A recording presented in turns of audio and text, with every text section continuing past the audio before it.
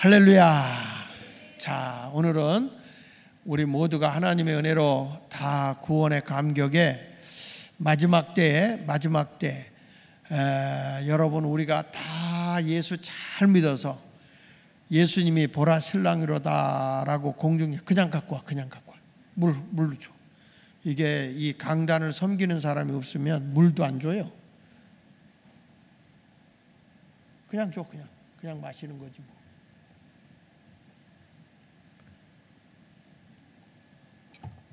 자, 그래서 여러분들이 이제 주님이 제일 공중으로 재림오시게 될 때 세상에는 어떤 사람이냐면 예수 잘 믿는 사람이 있고, 그렇죠? 예수를 그럭저럭 믿는 사람이 있고, 그리고 안 믿는 사람이 있잖아요. 근데 이때 되면 1차적으로 어떤 사람이냐면 예수 열심히 잘 믿다가 죽은 사람 있죠.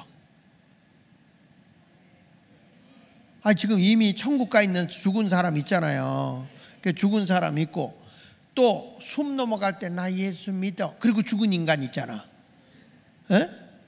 자, 그런데 그때 되면 이제 성경에 보면 예수 안 믿고 죽은 사람이 가 있는 데가 또 있어요. 성경에 보면 예수님께서 이런 말 하잖아요. 내가 오늘 나와 함께 낙원에 있으리라 우편에 있는 강도에게 얘기하죠. 그리고 예수님이 뭐란 거 아니? 나를 믿지 않는 사람은 음부의 권세가 너를 지배한다 그랬거든. 그런데 예수를 안 믿고 죽은 사람이 지옥과 같은 지옥에 갈 대기소가 음부예요. 음부. 그리고 예수를 잘 믿다가 지금 가 있는, 영혼이 가 있는 데가 거기가 어디냐면 천국의 대행 역할하고 있는 낙원이야. 낙원. 그래서 낙원에서는 천국 생활과 같은 생활을 하고, 음부의 권세에서는 지옥과 같은 어둠에, 그래서 지옥도 여러 단계가 있거든요. 그런데 이렇게 여러분 예수를 딱 믿어가지고 잘 믿어서 죽어서 지금 낙원에 가 있는 자가 있고, 또 낙원에 가 있지만 겨우 예수 믿어서 간 사람이 있고, 아니 여기 물 왔어. 뭘 들고 와. 여선교회장은 물 들고 오는데 그 남편은 또 뭘 저렇게 이쁘게 해갖고 갖고 오냐. 갖고 와. 참, 남편이 더 낫다. 그래요. 고맙습니다. 다 수련 애들 들어가가지고 지금 수련회 물까지 따라오셨네. 아내한테 훈련을 잘 받았구만. 고맙습니다. 우리 장로님들 고마워요. 자, 그런데 이제 예수를 잘 믿고 있는, 죽진 않았지만 예수를 잘 믿고 있는 사람, 잘 믿다가 예수님을 오기 전에 세상을 뜬 사람들이 낙원에 있잖아요. 근데 그때 되면 내가 한번 종합적으로 성경을 찾아가면서 다음 주나 그 다음 주에 한번 하겠는데, 예수님이 14만 4천이 이제 들림받아 올라갈 때 이제 예수님이 재림 온단 말이에요. 재림. 보라 신랑이로다 하고 재림 올 때가 되면 제일 먼저 1차 부활이 일어나는데, 1차 부활 한번 따라해 보세요. 1차 부활. 1차 부활이라는데 누구냐면 예수 잘 믿다가 지금 낙원에 머무르고 있는 사람들이 있어요. 영원히 천국에 가기 위해서 낙원에 머무르고 있는 사람들은 1차 부활에 참여해서 그때 썩지 아니할 몸으로 부활해요. 이 땅에 무덤에 있던 자들의 그 몸들이 다시 부활하면서 그 영과 합쳐져요. 그러면서 어디로 가냐면 공중으로 들림받아요. 공중으로 들림받는다고. 할렐루야. 예수님이 오신 그 들림받아요. 그런데 이런 분이 있어요. 예수를 믿긴 믿었는데 겨우 예수 믿은 사람. 그러면 내가 그 띄울 거면 새로운 걸 보내줄게.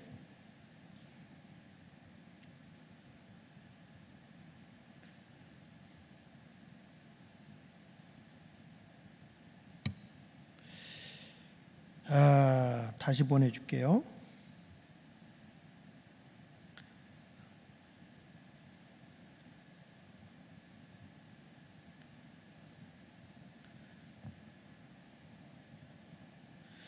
자, 이게 어떤 일이냐면 여기서 이제 1차 부활에 참여하는 사람이 예수를 열심히 잘 믿다가 들림받아 올라간 사람들이 이제 1차 부활에 참여한 사람이고, 겨우 죽을 때쯤에 구원 초청해서 예수 믿고 구원받은 사람들이 있어요. 이런 사람들은 뭐냐면 1차 부활에 참여하지 못해요. 1차 부활에 참여하지 못하고 그대로 낙원에 머무르고 있어요. 언제까지? 14만 4천과 함께 이 땅에서 1000년 동안 왕노릇하거든요. 왕노릇하고 있는 그 이 세상에 있는 동안에 겨우 예수를 믿고 구원받은 사람들은 이때에 부활하지 못합니다. 부활하지 못해요. 그런데 여기 마찬가지로 지옥 음부에 갇혀 있는 사람들도 이때 부활을 못해요. 그대로 거기 되게 얼마 동안? 1000년 동안 왕노릇한 동안에 부활하지 못합니다. 그래서 여러분 어느 게 복이냐면 살았을 때 예수 잘 믿는 게 복이요. 아니 나 숨 넘어갈 때쯤에 가서 예수 믿고 구원 받을란다. 그런데 여러분 천년 왕국을 못 누린다니까, 그런 사람들은.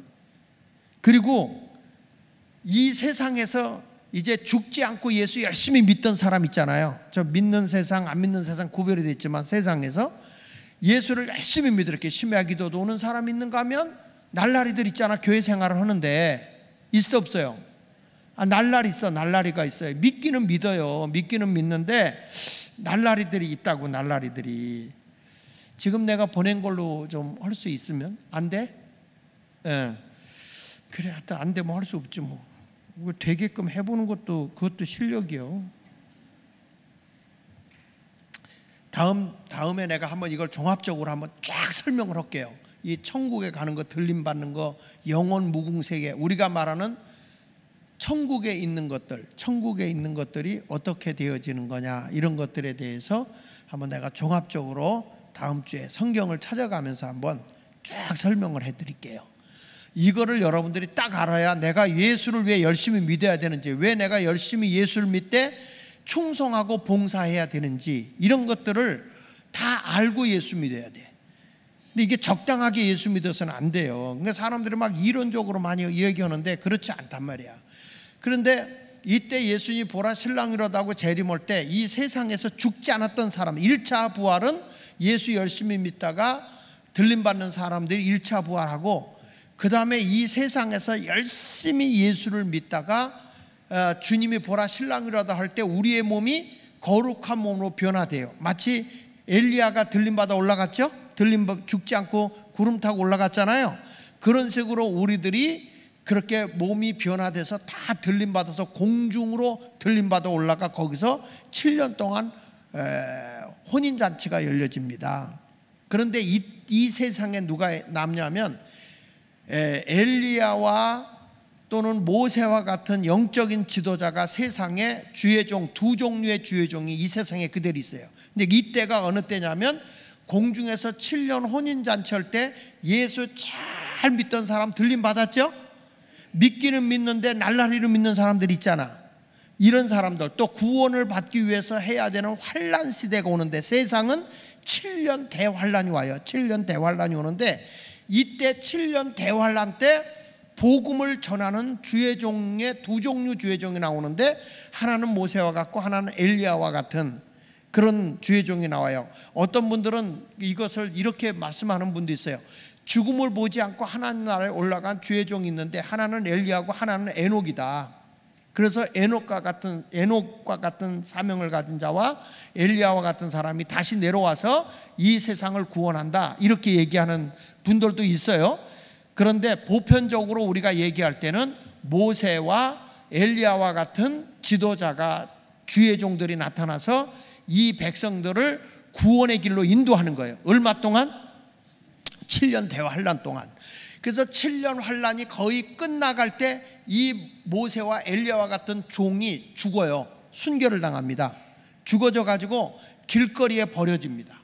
길거리에 버려져서 사람들이 예수 열심히 믿으면 저렇게 죽어 그리고 막 하다가, 그리고 나서 사흘 반이 지난 후에 이 시체들이 죽어 길거리에 버려진 주의 종이 부활을 해요.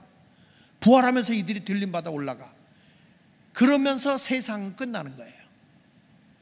그래가지고 이제 이 7년 대환란이 누구냐 그랬을 때는 이방인들, 우리들은 예수 믿고 구원받은 사람들이기 때문에 우리들에게는 7년 환란이 그렇게 심하게 오지 않는데, 예수 믿은 사람들에게는 이게 누구냐 그랬을 때 신학자들은 이스라엘 유대인들에게 7년 대환란이 오는 거다. 그래서 이스라엘은 구원을 환란을 겪지 않고 들림받지 않는 사람이 없고, 이스라엘은 예수를 십자가에 죽인 그 죄값으로 인해서 7년 대환란을 통과한다는 거예요. 그만큼 힘든 세대를 산다는 거야.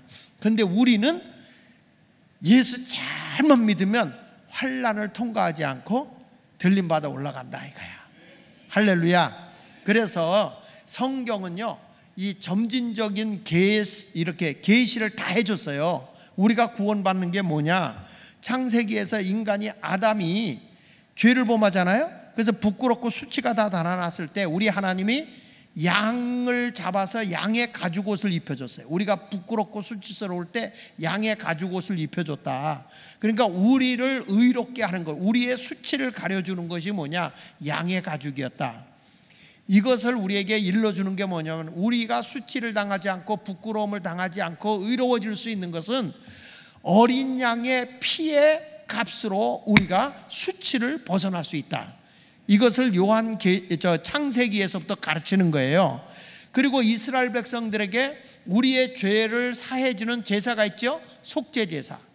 그 속죄제사를 드릴 때도 그때는 뭘 드리냐면 부유한 사람은 수송아지 또는 수염소 1년생 미만이죠. 그리고 이제 암염소나 어린 양, 산비둘기나 짚불기로 해서 피를, 보혈의 피를 하나님의 제단에 7번 바르고 뿌림으로써, 그리고 번제될 때 피를 다 쏟아놓음으로써 우리의 죄가 사함받는 거예요. 그러니까 피의 희생의 제사가 없이는 우리가 사함을 받을 수 없다. 그래서 바로 이때의 속죄제사는 뭐냐면 피로써 우리의 죄가 사함받는다. 그래서 우리의 죄가 사함받는 것은 어린 양 대신 예수의 보혈의 피. 그래서 여러분, 보혈의 공로와 보혈의 능력이 우리 죄를 사해 주는 것이고 우리를 의롭다 해 주시는 거예요. 믿으시면 아멘 하세요. 그래서 예수님이 이 세상에 올 때 뭘로 오셨냐? 어린 양으로 오신 거예요. 어린 양. 무슨 양으로? 어린 양. 그래서 우리가 의롭게 되는 것은 다른 게 아니다. 예수 그리스도의 보혈의 피다 이거예요. 그리고 마지막에 이 세상에 세상죄를 지고 가는 하나님의 어린 양으로 오신 분이 누구예요? 예수님이죠. 그러니까 성경에 보면 점진적으로 이렇게 계시를 해줘요. 창세기에서는 양의 가죽옷으로, 그리고 레위기에 가서는 속죄의 제사인 그 짐승의 피로 우리 죄를 사해주고, 신약에 와서는 바로 하나님이 육의 옷을 입고 오셨는데 어린 양이 되어서 그분의 보혈의 피로써 우리 죄가 사함을 받는다. 이렇게 점진적으로 성경은 구체적으로 우리 죄 사함 받는 것은 바로 예수의 보혈의 피밖에 없다, 이렇게 일러주는 거예요. 그래서 여러분들이 천하 인간의 구원 얻을 만한 이름은 예수 이름 외에는 있다 없다? 없는 거예요. 예수 보혈의 피만이 내 죄를 사해 줄 수 있는 것입니다. 세상의 어느 종교가, 어느 신이 인류의 죄를 사해 주기 위해서 당신이 스스로 육의 옷을 입고 오셔서 죽어주냐 이거야. 죄값을 지불해 주냐 이거야. 근데 불교 같은 경우는 뭐예요? 우리가 이 세상의 죄값을 내가 당해야 된다. 고해를 당신들이 다 그만큼 환난을 겪어야 되고 그런 그 죄값을 다 네가 지불해야 된다 그러잖아요. 근데 우리는 우리의 죄를 우리가 감당할 수가 없어요. 이 죄를 사해 주는 분이 누구냐? 예수 그리스도. 하나님이 육신의 옷을 입고 오셔서 우리의 죄를 다 사해 주셨다. 그 예수만 잘 믿으면 죽은 자가 부활하는 것이고 죽을 자가 죽지 아니할 몸으로 새로워지는 것이고, 이런 구원의 역사가 일어나는 것이 바로 우리가 오늘 얘기하는 14만 4천에 대한 얘기를 하는 거예요. 그래서 14장 1절 중반절에 보면은 거기 내가 보니 보라 어린 양이 시온산에 섰고, 하나님의 거기 섰고 그 함께 14만 4천이 서 있는데, 이 14만 4천은 신구약 교회, 다시 말하면 바로 예수 그리스도의 구원의 숫자예요. 구약에는 12지파를 통해서 하나님의 특별한 은총으로 구원받은 이스라엘 민족들 있잖아요. 그리고 신약에 와서는 예수 그리스도의 속죄의 보혈의 피로서 제사함받고 구원받은 숫자, 그래서 12제자를 통해서 구원받은 수예요. 그러니까 구약에는 12지파에 달려있는 구원의 수, 신약에 와서는 12제자를 통해 전해진 복음을 믿고 구원받은 수. 그래서 12 곱하기 12는 144인데 거기에 최고의 구원의 수가 얼마냐? 신명기 1장에 나와 있는 1000이에요. 1000. 그래서 12 곱하기 12 곱하기 1000 하면 14만 4천. 이거는 14만 4천 명만 딱 구원받는다고 주장하는 신천지와 같은 게 아니고, 이거는 구원받은 무한의 수를 얘기하는 거예요. 무한의 수. 그러니까 예수만 믿으면, 누구든지 예수만 믿으면 구원을 받아요. 그래서 천하 인간의 구원 얻을 만한 다른 이름을 우리에게 준 일은 없다. 할렐루야. 그래서 우리 주님이 보실 때 우리를 위해서, 이렇게 예수 믿고 열심히 믿는 자를 위해서는 빨리 예수님이 오고 싶어 해요. 믿습니까? 바울도요. 바울도 난 하루라도 빨리 죽어서 주님 곁으로 가고 싶다. 빌립보서 1장에 보면 그러잖아요. 그런데 내가 사는 것도 유익하다. 왜냐하면 너희에게 복음을 전할 수 있어서. 그러니까 내가 살아있는 것은 너희에게 구원의 복음을 전하라고 나를 살려준 것이고, 나는 죽어도 죽음이 두렵지 않다. 왜? 빨리 천국에 가서 눈물이 없고 아픔이 없고 이별이 없고 괴로움이 없는 저 천국에 살 수 있어서 너무 좋다. 그런데 우리 주님의 입장에서 보니까 저 구원받은 예수마을교회 이 심야기도 오신 여러분들을 보면 주님이 하루도 빨리 오고 싶어. 왜? 저들이 이 세상에 살아가는 게 너무 힘들고 어려운 거야. 이게 천국에 가면 눈물도 없지, 이별도 없지, 아픔도 없지, 가난도 없지, 암도 없지, 신경통도 없지, 관절염도 없지, 슬픔도 없지. 그런 데로 막 데리고 가고 싶은 거야. 그래서 우리 주님이 베드로후서 3장 8절에 이런 말인가? 사랑하는 자들아, 주께는, 우리 주님 보실 때 하루가 몇 년 같다고? 그러니까 우리 이렇게 고용호 권사님 같은 분, 예수 열심히 믿는 분을 위해서 빨리 천국에 데려가고 싶어. 그런데 인류를 어떻게든지 우리 주님은 멸망하지 않고 다 구원시키고 싶은 거예요. 그래서 하루가 얼마나 긴지 1000년같이 길다는 거야.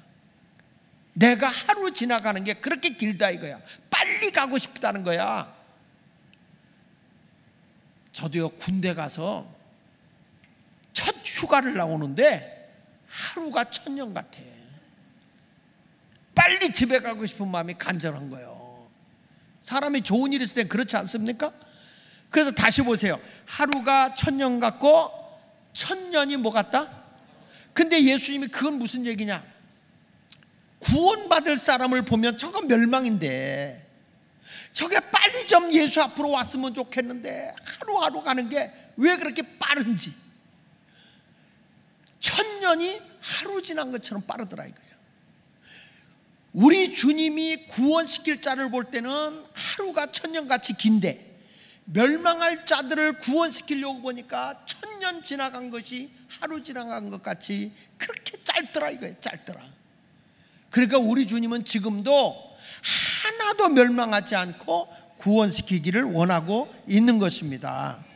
그래서 여러분 모두 우리 주님의 소원이 뭐냐? 하루가 1000년 같고 1000년이 하루같이 다 구원받기를 원해요. 그 14장 1절 다시 보세요. 여기 보면 14만 4천이 누구냐? 그러면은 도대체 누구냐? 같이 읽어볼게요. 시작. 내가 보니 어린 양의 시온산이 섰고 그와 함께 14만 4천이 서 있는데, 도대체 들림받아 올라간 저 천국에 있는 14만 4천이 누구냐? 그랬더니 그들의 이마에는 뭐라고 그랬어요? 이마에 딱 인이 쳐져 있는데 뭐라고 했냐면 저거 예수쟁이 딱 써 있는 거야. 여기 보세요. 어린 양의 이름과, 어린 양이 누구예요? 예수 그리스도의 십자가의 보혈의 공로로 죄사함 받고 의롭다 칭함을 받은 자들이야. 예수 이름으로 구원받은 자. 할렐루야. 여기 보니까 이마에는 어린 양의 이름과 그 아버지의 이름을 쓴 것이다. 그게 무슨 얘기야? 너는 내 자녀야. 하나님의 자녀로 딱 써 있는 거야. 이마를 보니까 예수의 보혈의 피로 너는 구원받은 자 딱 인쳐져 있고, 거기에 이름이 쓰여진 걸 보니까 아버지의 이름이 써 있어. 너는 하나님의 자녀구나. 하나님의 이름이 써 있는 거야. 믿으시면 아멘 하세요. 인쳐진 거야. 14만 4천은 이렇게 확실한 구원과 하나님의 아들 딸들로 딱 인이 쳐져 있는 자가 들림받아 올라가는 거예요. 딱 봤을 때 저거 예수쟁인지 아닌지, 믿는 건지 안 믿는 건지, 이렇게 날라리가 아니야. 14만 4천 올라간 사람은 아유 저기 예수쟁이 지나간다, 아유 저 예수쟁이 지나간다, 이렇게 확실하게 인이 쳐져야 돼. 아멘입니까? 저 어느 교회 교인이야, 예수 말할 때 어쩐지 달라, 이 소리를 들어야지. 아니 저 사람이 예수 믿는 사람이었다고? 어느 교회인데 예수 마을교회, 어쩐지 이 소리 들으면 되겠어? 에? 되겠냐고요.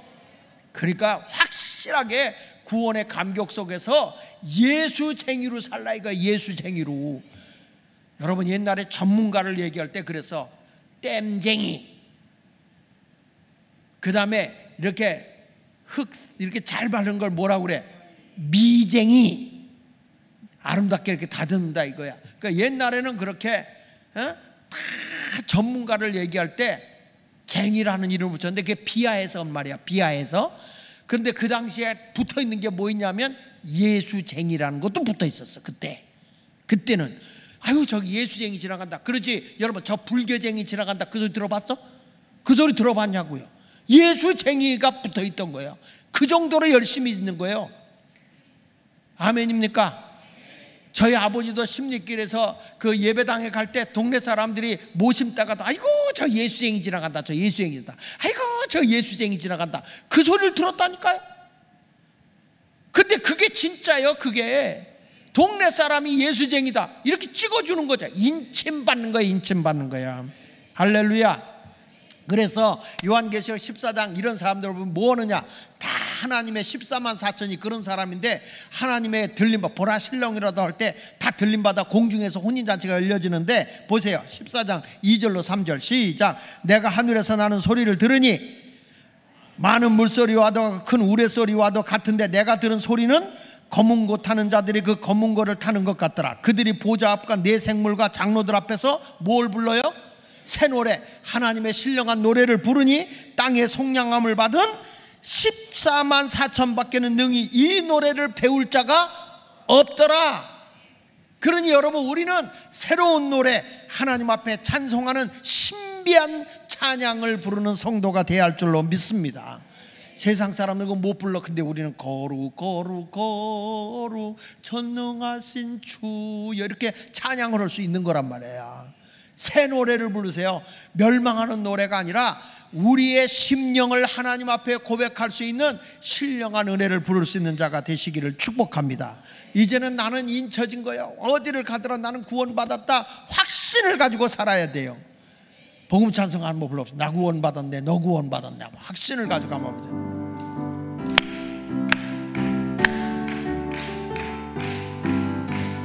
나 구원받았네, 너 구원받았네, 우리 구원받았네. 나 구원받았네, 너 구원받았네, 우리 구원받았네. 주 말씀하시길, 주 말씀하시길, 죄 사슬 끊겼네, 우리 구원받았네. 나 구원받았네, 너 구원받았네, 우리 구원받았네. 한 번 더 합시다. 나 구원받았네, 너 구원받았네, 우리 구원받았네.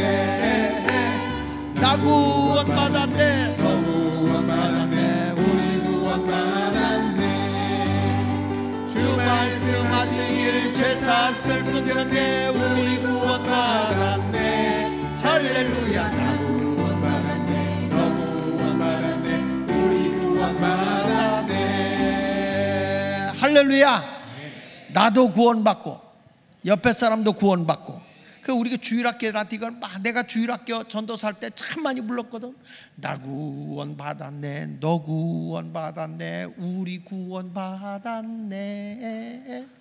나 구원 받았네, 너 구원 받았네, 우리 구원 받았네.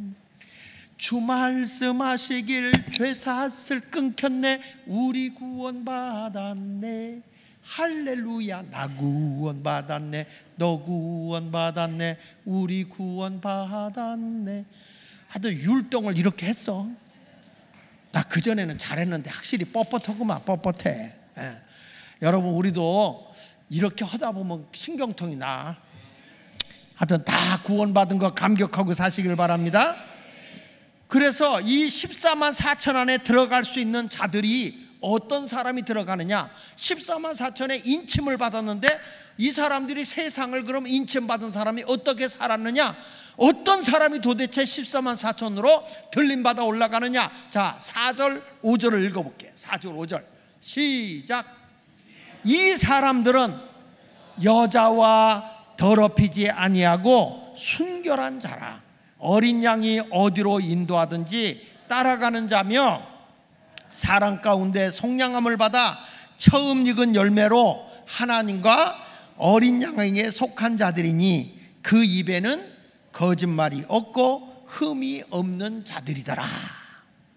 여기 보니까 여자로 더럽히지 아니한 순결한 자가 14만 4천에 들어가더라. 그랬더니 또 오늘 이 얘기를 듣고 아이고 큰일 났네, 나 장가 갔는데. 이게 여기서 말하는 순결한 자란 정절 있는 자, 다시 말하면 요셉과 같이 세상적인 유혹이 와요. 너 보디발의 아내인 너 이렇게 해가지고 너 유혹하면 세상적으로 출세할 수 있고 세상 명예를 얻을 수 있어, 이런 식으로 유혹을 할 때에 그런 곳에 내 자신을 더럽히지 않는 거예요. 예수의 이름으로 싹 물리치는 거예요. 아무리 여러분 유혹을 해도 세상을 더 사랑해서는 안 되는 거예요. 하나님보다 더 사랑하는 것이 그게 우상이잖아요. 그러니까 여기 성경에서 말하는 순결한 자, 정결한 자라고 하는 것은 더 이상 세상으로부터 더럽히지 않는 것을 말하는 것입니다. 그러니까 천국에 가려고 하면 이제는 세상에 빠져 살아가는 자가 아니야, 세상을 사랑하는 자가 아니에요. 오직 주님만을 사랑하는 자가 돼야 할 줄로 믿습니다. 할렐루야. 여러분, 영적인 간음자가 돼서는 안 돼. 믿습니까? 여기 성경에 고린도서 11장 2절에 보면, 고린도서 11장 2절을 보세요. 자, 시작.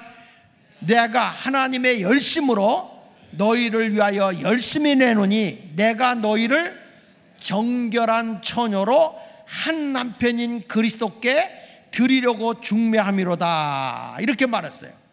이게 바울 좀 보세요. 나는 뭐냐? 하나님의 열심으로, 우리 하나님이 얼마나 열심이신지 졸지도 주무시지도 아니하면서 눈동자같이 우리를 지켜주시는 분 아닙니까? 그런데 하나님의 열심으로 내가 너희를 위해 열심을 낸다. 바울이 지금 하는 얘기야.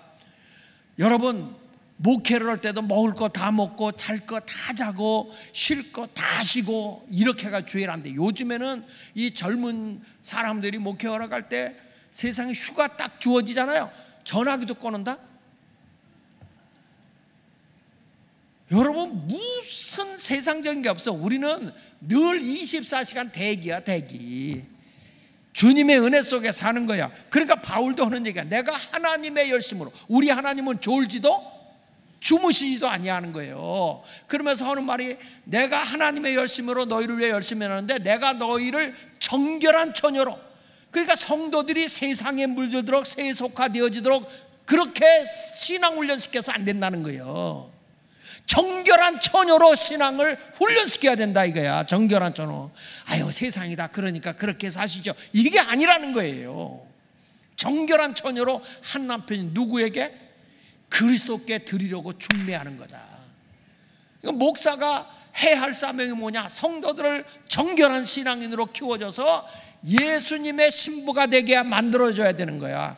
보라 신랑이로다 라고 할 때에 아멘 주 예수여 어서 오시옵소서 하고 이 신부단장한 성도들이 예수 마을 교인들이 되어야 되는 거예요. 세상 거 먹을 거 다 먹고 놀 거 다 먹고 즐길 거 다 즐기고 어떻게 주님의 신부가 됩니까? 그래서 여러분들이 기름 준비도 해야 되고 등 준비도 해야 되고 기름 준비도 해서 신랑을 맞이할 준비를 해야 할 줄로 믿습니다. 보세요. 우리가 볼 때 이 예수님을 순결한 사랑으로 그리고 정절 있는 여자로서 중매해서 드리고 싶다. 그 대표적인 사람 얘기해 보면 저는 다니엘을 얘기할 수 있어. 다니엘 같은 사람이 말이야 하루에 3번씩 기도했잖아요. 기도하는데 왕이 전령을 내려서 만약에 요 시간에 우상 앞에 절하지 않는 사람은 다 사자의 굴 속에 집어넣겠다. 다니엘이 그 전령을 알아서 몰랐어요. 그 방을 다 알아. 그러나 다니엘은 하루 3번씩 하나님 앞에 기도하는 사람이야. 세상에 어떤 유혹이 와도 신앙의 지조, 정조를 지키는 거야. 우리는 왜 순결한 처녀로 중매되어져야 돼요? 아멘입니까? 영적으로 그래야 된다 이거예요. 영적으로. 세상에서 할 것 다 하고 쾌락 즐길 것 다 즐기고 나서 그래서 주님 뜻대로 살지도 않으면서 주님의 신부가 될 줄 알아? 그런데 다니엘은 그 신앙을 지킨 것 때문에 모함을 받아서 사자굴 속에 들어간다고. 사자굴 속에 들어가지만 하나님이 그를 끄집어내는 거예요. 아멘입니까? 이런 신앙을 가져야 된다고요. 보세요. 바나바 같은 사람, 요셉으로 보면 바나바 같은 사람은 세상의 물질 그런 것 때문에 하나님의 일을 등지지 않잖아. 오히려 자기 물질을 다 정리해가지고 말이야 누구한테 드려요? 하나님의 사도들 앞에 갖다 놓는 거야. 어려운 사람을 위해서 나눠달라고. 세상의 물질적인 것 때문에 자기가 죄를 범하지 않아요. 그러나 아나니아 삽비라 보세요. 주를 위해서 한다고 하지만 사실은 자기 욕심을 그대로 갖고 있는, 중심이 하나님께 가 있는 게 아니야. 이건 정결한 처녀가 아닌 거예요.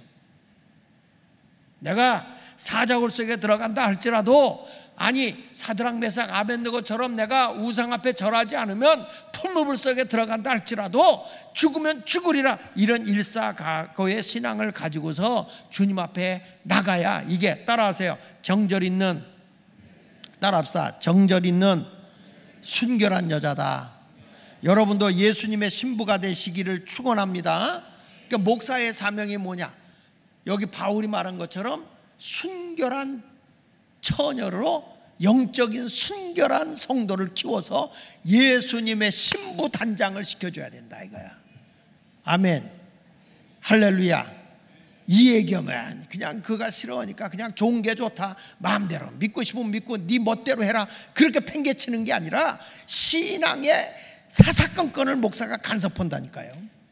그래서 바울은 때로는 신랄하게 권면도 하지만은 때로는 그 바울이 뭐라고요? 위로도 하지만은 징계도 했다 그래. 징계. 잘못할 때는 징계하는 거야. 하나님 앞에 올바로 회개하고 돌아와야만 그리스도의 신부가 될 수 있으니까요. 그래서 신랑 되신 예수님을 맞이할 수 있는 그런 그리스도인이 되어야 할 줄로 믿습니다. 그래서 정결하고 순결한 신부된 예수님의 신부된 성도가 되기를 원하면 두 손 들고 아멘, 꼭 그렇게 되시기 바랍니다. 그 다음에 또 어떤 사람이 돼야 되냐? 따라합시다. 어린 양이 어디로 인도하든지 따라가는 자. 이게 14만 4천에 들어가는 거예요. 14만 4천이 누구냐? 여기 4절에 보니까 어린 양이 어디로 인도하든지 따라가는 자. 어디든지, 그게 내가 싫어도 가야 돼. 누가 원하는 길이야? 주님이 원하는 길이니까요. 믿습니까? 여러분 보세요. 요나가 하나님이 어디로 가라 그래요? 니느웨로 가라. 니느웨로 가서 내가 너 그 니느웨 성을 구원시키라는 거야. 근데 니느웨에 가기는 하도 이 아수르 나라의 수도가 니느웨니까 아수르 나라가 그렇게 그 이스라엘을 괴롭혔어. 역사적으로는 아시리아야, 아시리아. 그러니까 그렇게 괴롭혔기 때문에 우리도 사실 여러분 일본은 괜히 싫잖아. 안 그래요? 그래서 괜히 일본 너무 그래요. 그러니까 이게, 그런데 여기 가라. 근데 요나는 싫은 거예요. 그게 어린 양이 어디로 인도하든지 가야 되는데, 그래서 가서 풍랑을 만났고 억지로 가는 거예요. 억지로 안 갈 수 없이 가는 거예요. 여러분 주의 일은요, 주님이 원하는 대로 가면 편안해요. 근데 안 가서 칙사게 고생하고 의도 터지고 와서야 되겠어? 물고기 뱃속에까지 들어가서 그냥 죽느냐 사느냐는 그 생사의 갈림길에서 물고기 뱃속을 뜯어가면서 부르짖어 기도해가지고 이 물고기, 큰 물고기가 급체해가지고 소화가 안 되게끔 만들어 놓은 거예요.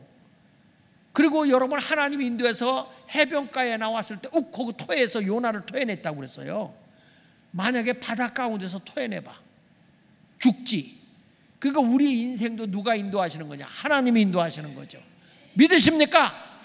그래서 어디로 인도하든지 어린 양을 따라가야 되는 거예요. 자, 대표적인 사람이 누구냐? 사도 바울이야. 사도 바울은 아시아 지역에서 복음을 전하고 싶었어요. 근데 환상 중에 마게도냐서 오라 그래요. 무슨 얘기냐? 유럽으로 복음을 전하러 가는 거예요. 바울은 바로 이 아시아에서 복음을 전하고 싶었는데, 그래서 역사학자 토인비가 그런 얘기하는 거예요. 그 당시에 만약에 아시아에 바울이 그대로 있었으면 아시아가 유럽보다 훨씬 많이 발전됐을 것이다, 그렇게 얘기를 하는데, 하나님의 복음이 어디로 먼저 갔냐? 마게도니아, 유럽으로 먼저 걷는 거예요. 그래서 역사학자 토인비가 바울이 마게도니아, 유럽으로 갈 때는 이 하늘의 문명을 싣고 갔다. 문명, 현대의 문명을 싣고 갔다. 여러분, 우리나라에도 예수가 들어와서 이렇게 복받은 걸 믿으시면 아멘 하세요. 대한민국에 예수가 안 들어왔으면 어떤 나라가 됐겠습니까? 여러분, 그 당시에 우리나라 역사적으로 볼 때 그 당시에 우리나라의 그 왕정시대 때 보면 얼마나 이 나라가 어렵게 살았겠어요. 그런데 예수가 대한민국에 오는 바람에, 예수님이 대한민국에 오는 바람에 우리가 지금에 이렇게 잘 살게 된 거잖아요. 믿으시면 아멘. 그런데 이 어둠의 영들이 또 뭐 동성애법으로 뭐 해가지고 막 하나님의 법을 헤쳐놓으려고 그래. 그래서 우리는 신앙을 더 철저하게 하나님의 뜻대로 살아가야 할 줄로 믿습니다. 어디로 인도하든지 어린 양은 예수님을 따라가야 돼요. 다시 한번 여기 성경이에요. 요한계시록 14장 4절, 어린 양이, 다 같이 시작, 어린 양이 어디로 인도하든지 따라가는 자. 어린 양이 누구예요? 어린 양이 누구예요? 예수님이에요. 예수님. 참 하나님이 인도를 그렇게 하시더라고요. 제가 여기 44년 동안 있었던 것도 내가 의지하고 싶어서 옵니까? 여러 군데 갈 수 있는 기회가 있었지만 하나님이 보낸 거예요. 여러분도 똑같아요. 내가 여기 오고 싶어서 오는 게 아니야. 신앙생활은 내가 가고 싶으면 가고 말고 싶으면 말고 이런 식으로 하지 말라고. 어린 양 대신 예수님이 인도하신 거예요. 나를 여기서 바르게 인도했구나. 그러고 가야지. 내 기분대로, 내 감정대로, 누구 때문에 이런 식으로 신앙생활하면 주님을 따라가는 게 아니야. 나를 따라가는 거지. 내 감정을 따라가는 것이지. 어디든지 주님이 인도하시면 내가 아골골짝 빈들에도 가겠습니다. 그럼 가는 거예요. 아니, 저희 작은 아버지가 장광용 목사님 금호동 꼭에 있었잖아요. 날더러 뭐라고까지 나한테 볼티모어에 교회가 났다 이거야. 교회가. 그래, 네가 글로 가래. 네가 가래. 여기서 개척하고 있을 때 중앙시장에서. 그래가지고 그분이 왔어요. 볼티모어 담임 목사가 왔어. 와가지고서 우리 교회에서 설교까지 했어, 그분이. 그래서 가자. 그래서 알겠습니다. 뭐 미국에 가서 유학도 간다는데 가겠습니다 하고 기도하는데 주님이 아니라는 거야. 환상을 다 보여주는 거야. 아니라는 거예요. 그래서 안 간다고 그랬더니 그 목사가, 난 생전 그런 욕은 처음 들어봤어. 그렇게 욕을 해요. 근데 내가 한국에서도 여러 군데서 오라고 그랬어요. 여러분, 강남에서도 오라고 그랬어. 근데 다 막어. 난 지금도 잊지 않는 게 우리 이강배 장로님. 여러분들은 또 통쾌하게 생각하는 분도 있겠지만 이강배 장로님이 그 당시에는 교회 온 지 얼마 안 됐을 때야. 가세요. 그래, 날더러. 딴 교회에서 오라니까 가래. 그런데 조건이 있대. 뭐냐? 우리가 이 예배당 앞에 들어놓을 테니까 우리 배를 다 터뜨려 놓고 가래. 그래서 내가 배를 터뜨릴 수가 없어서 못 간 거예요. 그게요, 내 의지로 가는 게 아닙니다. 하나님이 어린 양이 어디로 인도하든지 내가 어디든지 가오리라. 근데 이게 내 의지로 가니까 고생하는 거예요. 주님을 따라가면 편안한데, 믿으시면 아멘 하세요. 여러분들도 신앙생활할 때 내 의지로 하지 말고 주님을 따라가는 자가 되시기를 예수 이름으로 축원합니다. 찬송 우리 한 장 합시다. 440장. 어디든지 예수 나를 이끌면, 어디든지 내가 예수를 따라가게. 자, 어디든지 예수 나를 이끌면, 어디든지 예수 함께 가려네. 예수 함께 예수님과 동행하면 겁없네. 어디를 가든지 겁낼 것 없네. 예수든지 예수 함께 가려. 세상 친구의 누나를 떠나도 주와 동행하면 외로움 없겠네. 가는 길이 위태하고 험해도 어디든지 예수 함께 가려. 아멘. 어디를 가든지 겁낼 것 없네. 어디든지 예수 함께 가려네. 어두운 그늘 나를 에워쌀 때에 주가 함께 계심 믿고 가려네.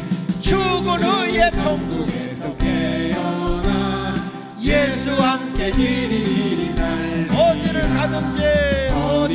가든지 겁낼 것 없네.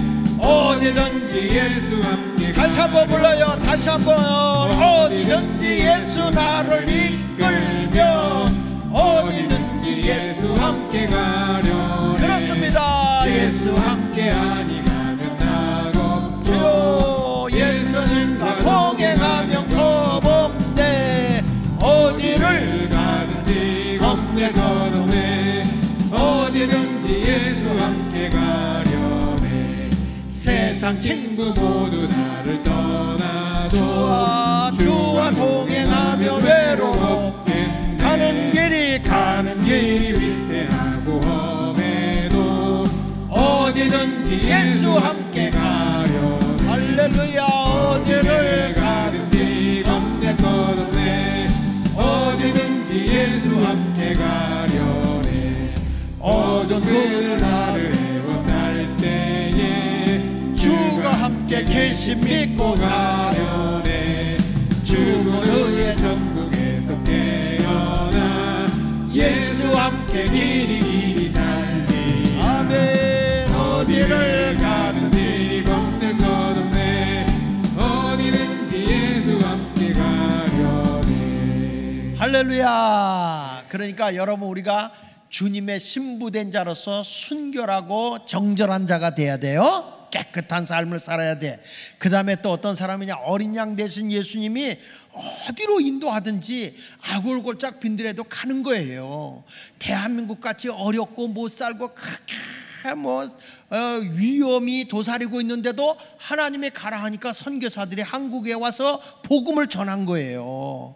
우리가 그분들의 희생과 눈물 때문에 지금 예수 믿는 거 아닙니까? 그분들이 없으면 어떻게 되겠어요? 토마스 선교사 같은 사람은 압록강에 성경책 하나 던져놓고 순교당했어요.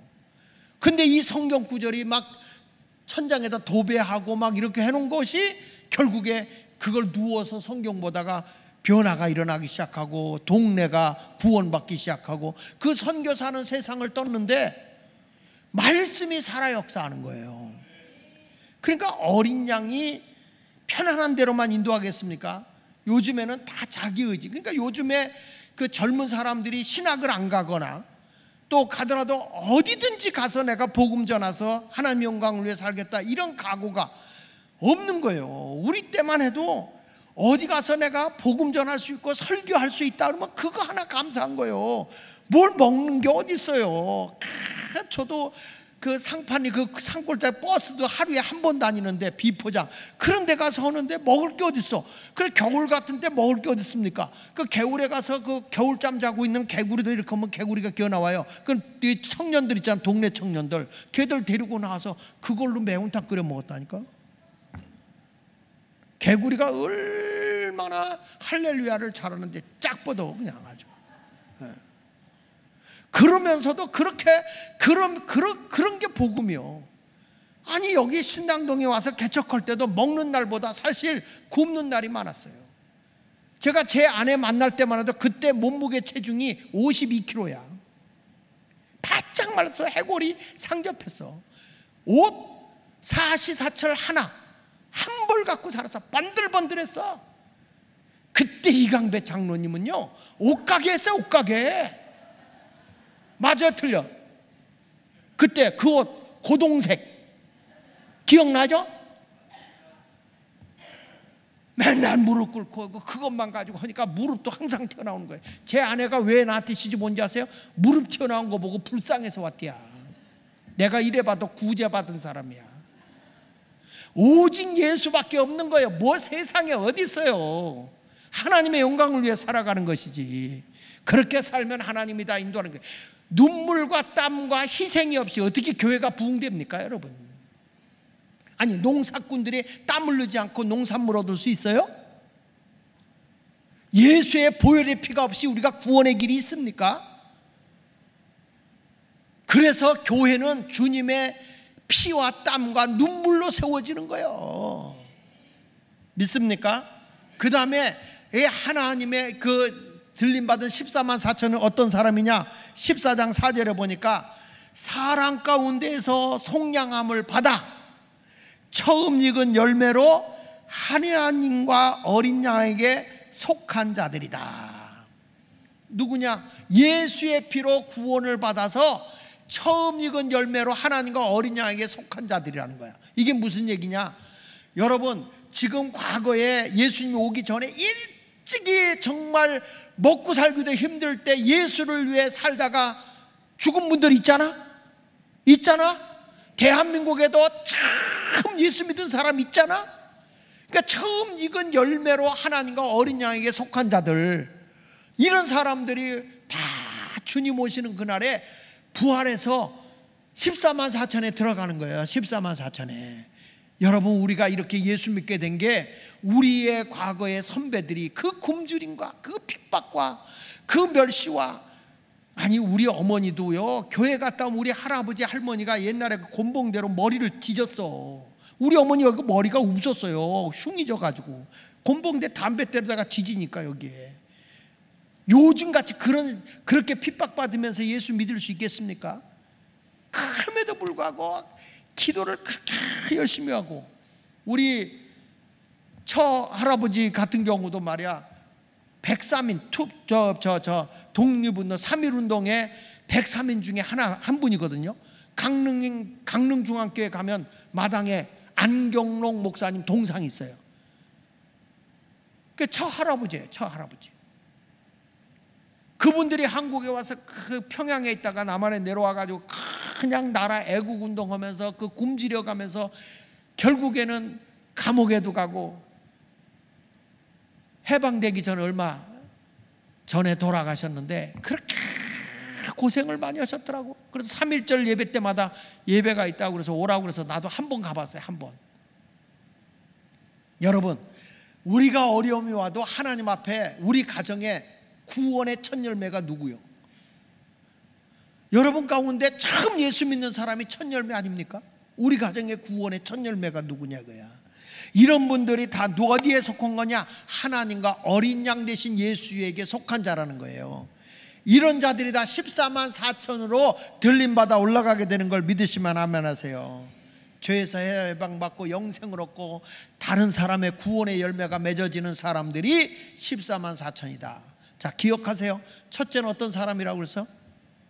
정절 있는 순결한 성도. 두 번째는 어린 양이 어디로 인도하든지 따라가는 자라고 그랬잖아. 다 까먹었어 벌써? 14만 4천에 들어가려면 어떤 사람? 하나님과 어린 양에 속한 첫 열매. 그러니까 차번에 예수를 믿어서 우리 가정에서 첫 열매가 되신 분들이 난 여러분이 될 수도 있고 아닐 수도 있죠. 그렇죠? 내가 예수 믿어서 우리 가정을 구원시켰다. 그분이 첫 열매야. 우리 권장로네는 누가 있었나? 첫 열매 거기가. 그러니까 이런 분들이 이제 14만 4천에 들어가는 거야. 이렇게. 물론 그 가족도 다 예수 믿으면 다 들어가. 잘 믿으면 들어가죠. 그 다음에 어떤 사람이냐? 5절에 보니까 누가 들어가냐? 그 입에 뭐가 없고? 거짓말이 없고 흠이 없는 자들이더라. 하나님 앞에 온전한, 그래서 우리가 성화 훈련하면서 거짓됨이 없이 흠 없이 살아야 된다 이거야. 예수 믿는 사람이 그리스도의 온전하신 같이 너희도 온전하라 그랬잖아요. 그러니까 우리가 살아가면서 잘못할 수 있지. 그러나 회개하고 하나님 앞에 온전한 사람이 되기 위해서 끊임없이 노력을 하면 여러분이나 저도 14만 4천에 들어가게 될 줄로 분명히 믿습니다. 그러니까 우리가 이렇게 흠이 없는 사람, 이건 어떤 사람이냐? 난 이렇게 봐요. 하나님의 성품을 가진 사람들이야. 믿습니까? 거짓말하지 않죠. 자, 갈라디아서 5장 22절 23절에 보니까 이런 말이에요. 성령의 열매가 나타나. 내가 예수 잘 믿어서 성령의 도움을 입고 열매가 있는데 이게 뭐냐? 다 성품이야. 성품. 온전한 사람이 되는 거야. 첫째 뭐가 있어? 사랑.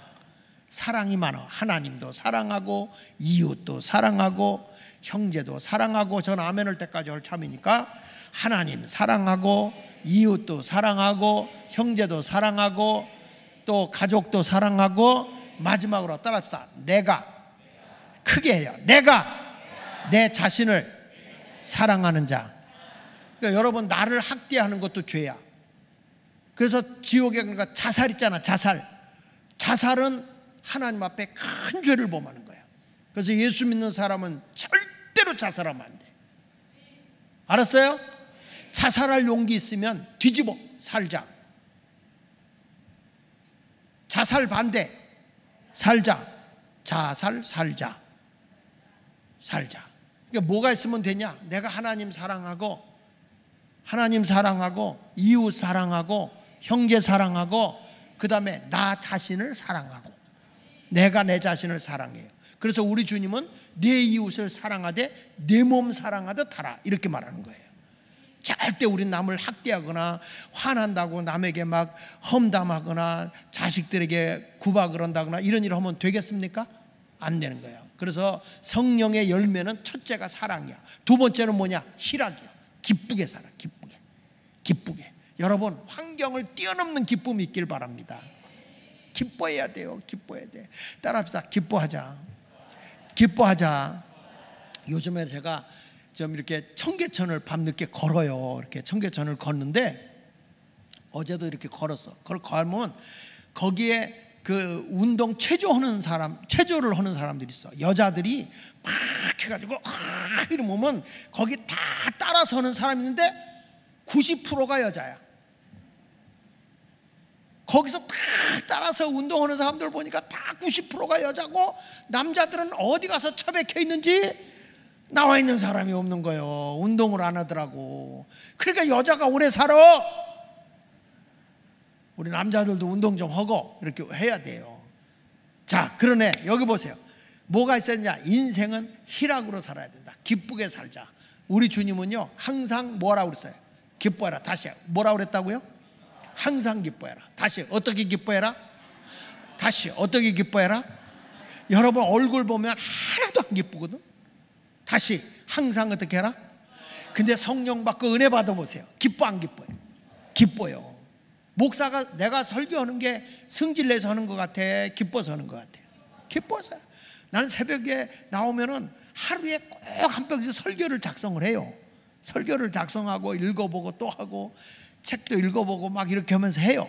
그게 얼마나 재밌는지 몰라. 그런데 이게 갈수록 이제 얼마 안 남을수록 더 재밌어. 왜 그러냐? 더 행복한 일이 있으려고. 그래서 오늘부터 웃는 거 별거 아니야. 입만 귀내로 땡기면 웃는 거니까 기쁘게 사세요. 기쁘게. 난 여러분 얼굴 보면 딱해. 기쁘게 살자. 기쁘게 살자고. 할렐루야.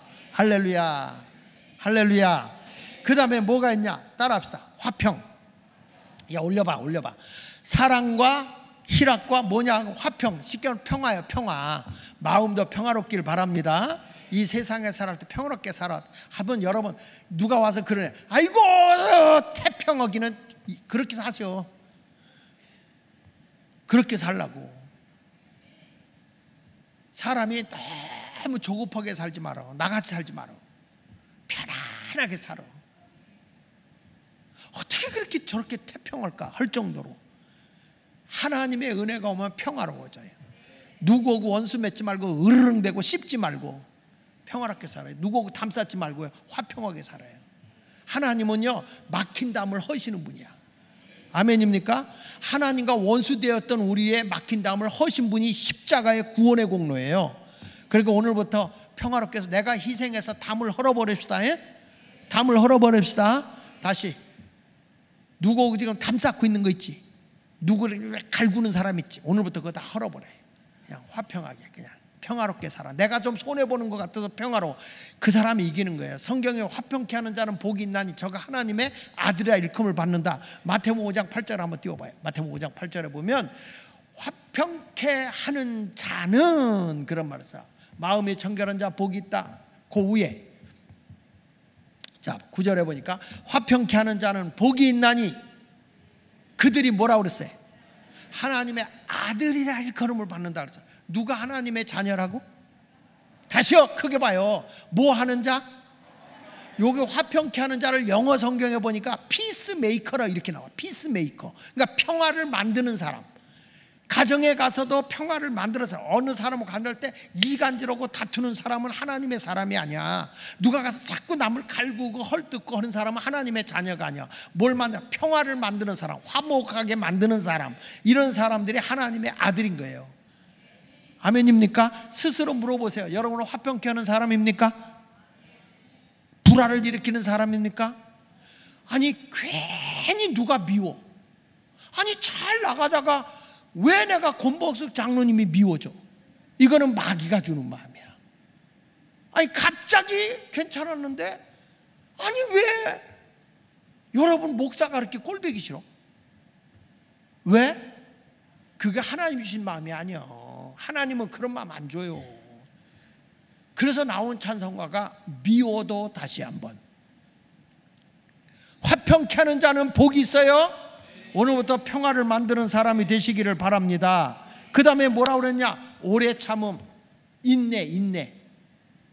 다시 거기 가봐. 갈라디아서 5장 22절에 보면, 갈라디아서 5장 22절에 보면 오래 참음, 인내. 여러분 얼마 동안 참으라고? 얼마 참으라고? 오래. 얼마가 오래요? 얼마나 참아야 되는 게 오래 참는 거예요.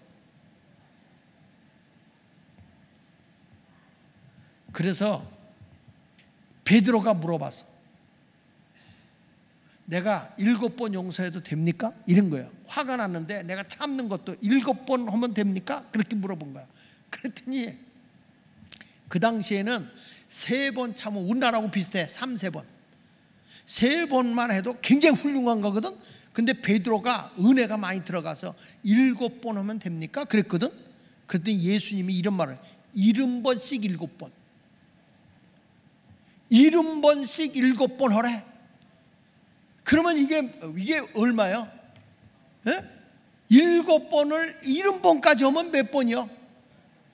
이거는 숫자 세라는 얘기가 아니요. 끊임없이 하라 이거예요. 끊임없이 오래 참으라는 거예요. 여기 부부싸움 하는 것 좀 오래 참어. 오늘 설교 듣고 가다가 싸운다?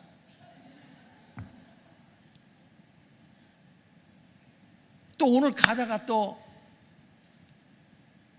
고경희 권사님이 내가 갖다 준 걸 왜 나한테 물어보다 그 갖다 줘가지고 말이야 나는 그냥 이러면 안 된단 말이야. 아유, 당신 어떻게 내가 당신이 가지라는 걸 모르고 내가 그냥 물을 갖다 줬고만. 그랬더니 또 그래야지 그걸 가지고 목사님이 말이야 오늘 당신이 컵에다 갖고 오는 바람에 내가 망신당했잖아, 이렇게 하지 말고 이 순수한 마음을 그대로 받아. 그대로 화를 내지 말고 아무것도 아닌 것 같고 싸운다고요. 오늘 여러분들도 오래 참음과 그 다음에 자비라고 하는 것은 너그러움이야. 너그러움. 그냥 너그럽게. 어느 정도 너그러우냐? 바닷물이 모든 걸 다 받아주듯이 그냥 받아. 그냥 그러려니 해. 이렇게 여기 튀어나올라온 걸 쥐 쌍 그리고 발로 비벼 그냥 아주 그러면 돼. 그리고 자비와 양선, 선량해라 이게. 선량해. 사람이 양선, 착함이야, 선량함이야. 그 다음에 모든 일에 충성. 그 다음에 23절에 보니까 맡겨진 에 충성하고 온유. 온유는 뭐야? 부드러운 마음입니다. 따라하세요. 약을 올려도, 크게 하세요. 약을 올려도 성질내지 않는 마음. 우리는 약 안 올려도 성질나지. 내 마음에 안 들면 성질나죠. 근데 성경은 약을 올려도 화내지 마라. 이게 온유요. 야생마를 길들여서 마음대로 쓸 수 있도록 훈련된 상태가 온유입니다. 야생마를 마부가 딱 타고 몰고 갈 수 있을 정도로 훈련된 게 온유예요. 처음에 야생마 길들이면 얼마나 들고 뜁니까? 그런데 훈련이 되면 아주 주인의 말을 고분하게 잘 들어요. 이게 온유라는 거야. 우리도 여러분 하나님의 진리 안에서 온유한 자가 되시고, 그 다음에 따라서 절제. 크게 하세요. 절제. 이 절제에는 물질의 절제도 있고 사치의 절제도 있고 말의 절제도 있고 다양한 절제가 있는 거야. 그래서 우리가 뭐 지나치게 내가 이 정도면 돼서 비싼 옷도 입는 게 아니고 절제하라는 거예요. 제가 한경림 목사님 설교집을 읽어보니까 이분이 절제에 대해서 이렇게 얘기를 했더라고. 그 당시에 우리나라가 굉장히 가난하고 어려울 때인데도 그렇게 간증한 게 뭐냐면, 예수 믿는 사람은 내가 입을 걸 하나를 덜 입어서 가난한 자를 돕는 절제가 있어야 된다. 너무 그분의 설교집이 구구절절해서 내가 그걸 다 카피를 해놨어요. 타이핑 쳐가지고. 옛날에 그렇게 어렵고 힘들게 목회를 해도 자기 절제를 통해서 도왔다는 거예요. 이웃을 도왔다는 거예요. 우리 모두 하나님의 은혜 속에서 이런 아름다운 성령의 열매의 인격 있는 성도들이 되고 목사가 되고 우리 모두가 그런 삶을 살아가기 위해 힘쓰는 성도가 되시기를 예수 이름으로 축원합니다. 그러니까 아브라함 같은 사람은 자기 조카를 키웠잖아요. 근데 조카하고 자꾸 물질 문제로 분쟁이 생겼어요. 그런데 아브라함 보세요. 얼마나 온유하냐면, 야, 우리 너하고 이렇게 종들 때문에 다퉈서 안 되겠다. 그러니 내가 일로 갈 테니 너는 네가 알아서 가. 이러질 않고요. 내가 우하면 내가 좌하고 내가 좌하면 우할 테니 네가 좋은 데 택해서 가라. 이게 아무나 할 수 있는 게 아니잖아요. 하나님의 마음을 가진 자만이 가능한 거예요. 여러분, 우리가 세상 살아가다 보면 부부간에도 내 마음이 안 들 때가 있는 거야. 속상할 때가 있는 거예요. 그럴 때는 양보하자. 당신이 우하면 내가 좌하고 내가 좌하면 내가 우하겠어. 내가 눈깔이 삐어서 당신 같은 인간 만나가지고 말이야, 이렇게 살지 말라는 거야. 하나님의 은혜 속에서 온전한 삶을 살아가시기를 축원합니다. 바로 왕에게 아브라함이 거짓말도 해요. 자기 아내를 갖다가 내 누이 동생이라 가지고 뺏기기도 하잖아. 그런데도 사라는 나중에 다시 찾아왔을 때 그 부인을 보고 뭐라고 얘기해? 부인이 나의 주인이래. 아니, 남편이 자기가 생명이 위협하니까 부인을 내 누이라고 그러고 갖다 바쳤어, 바로 왕한테. 그런데도 나중에 와서 보면 이 바로 왕한테 하나님이 찾아서 다시 아브라함에게 갔을 때 아브라함한테 간 사라는 뭐라고 하냐면 나의 주인이시여, 이렇게 말해. 아이고, 우리 교인 같으면 끝. 두 번 안 봐 이 쌍, 이랬을 거예요. 그런데 사라 할머니가 그렇게 마음이 온유해. 오늘부터 우리도 예수님 안에서 우리 주님 앞에 내가 때로는 부족함이 많아도 주님은 70번씩 7번 우리 용서한다니까요. 여기 요한일서 2장 22절 이런 말이 나와요. 거짓말하는 자가 누구냐? 예수께서 그리스도이심을 뭐하는 자가 거짓말하는 자다? 부인하는 자가 아니냐. 아버지와 아들을 부인하는 그가 적그리스도다. 누가 거짓말쟁이냐? 세상의 물건 뭐 이거보다도 예수가 우리의 그리스도, 기름 부음을 자 구세주, 우리를 구원하는 자라는 것을 부인하는 게 거짓말이라는 거예요. 인류를 구원하도록 아버지 하나님이 아들 되신 예수님을 우리에게 보내주셨는데 그걸 부인하면 그게 적그리스도라는 거예요. 좀 더 구체적으로 얘기하면 예수 믿지 않는 게 적그리스도다 이거야. 여러분, 진짜 거짓말 중에 상거짓말이 뭐냐? 예수가 구원의 하나님임을 믿지 않는 게, 그게 거짓말이라는 거예요. 우리는 오늘부터 예수를 적극적으로 믿는 아름다운 성도가 되시기를 예수 이름으로 축원합니다. 그러니까 여기 보세요. 적그리스도가 나중에서 나오는 게 문선명이라든지 박태선이라든지 뭐 이게 유물론자들을 주장하는 공산주의 공산당들이라든지 이런 사람들은 하나님을 배척해버려요. 이런 것들은 다 뭐라고 해서 성경에 보니까 이게 적그리스도라는 거예요. 적그리스도. 거짓말하는 자체가 적그리스도라는 거예요. 여러분, 예수를 잘 믿어야 되는 거예요. 잘 믿어야. 다시 한번 읽어봐. 다시 한번 요한일서 2장 22절. 자, 시작. 거짓말하는 자가 누구냐? 예수께서 그리스도이심을 부인하는 자가 아니냐. 구원의 하나님, 구세주, 그리스도라는 것은 기름 부음을 받은 자 또는 구세주라는 뜻이에요. 그러니까 우리를 구원해 주는 자를, 그는 그리스도를 부인하는 자가 거짓말하는 거다. 그러면서 아버지와 아들, 하나님이 아버지의 위치에서 우리를 택해 주시고 우리를 구원하기 위해서 아들의 자격으로 하나님이 육신의 옷을 입고 오신 예수를 부인하는 자는 다 뭐다? 적그리스도다. 여러분, 삼위일체를 부인하는 것은 적그리스도야. 성부, 성자, 성령, 하나님, 예수님, 성령님이 다 한 분이셔. 아멘입니까? 아니, 목사님 그게 어떻게 됩니까? 아니, 내가 하는 일에 대해서 나는 하나지만 내가 우리 집에 갔을 때는 아빠가 되고 교회 와서는 목사가 되고 내가 다른 데 가서 누굴 가르치면 선생이 되잖아요. 나는 하나지만 위치에 따라서 나는 삼위가 되는 거야. 삼위가. 나는 하나지만 달라지는 거예요. 우리 주님도 하나님은 한 분이신데 창조주 하나님일 수도 있고 구원의 하나님이실 때는 예수 그리스도고, 영으로 우리에게 오셔서 영으로 우리를 일깨워줄 때는 성령 하나님이 되는 거야. 그래서 성부, 성자, 성령은 삼위일체다. 한 분이신 삼이다. 이렇게 갖는 거예요. 아시겠어요? 그러니까 예수가 그리스도다, 우리를 구원하러 오신 자를 부인하는 자는 다 거짓말하는 거다. 그리고 아버지와 아들, 이 예수님이, 하나님이 아들의 자격으로 오신 것이 예수예요. 아시겠어요? 이걸 부인하는 건 뭐다? 적그리스도다. 그러니까 문선명이가 지가 하나님이라고 그러잖아요. 지가 하나님.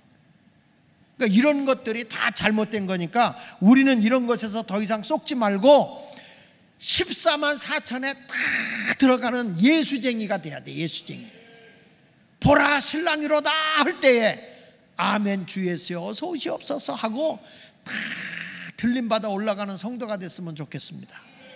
막 남은 들림받아 올라가는데 목사님 나도 데려가세요. 그때는 늦어.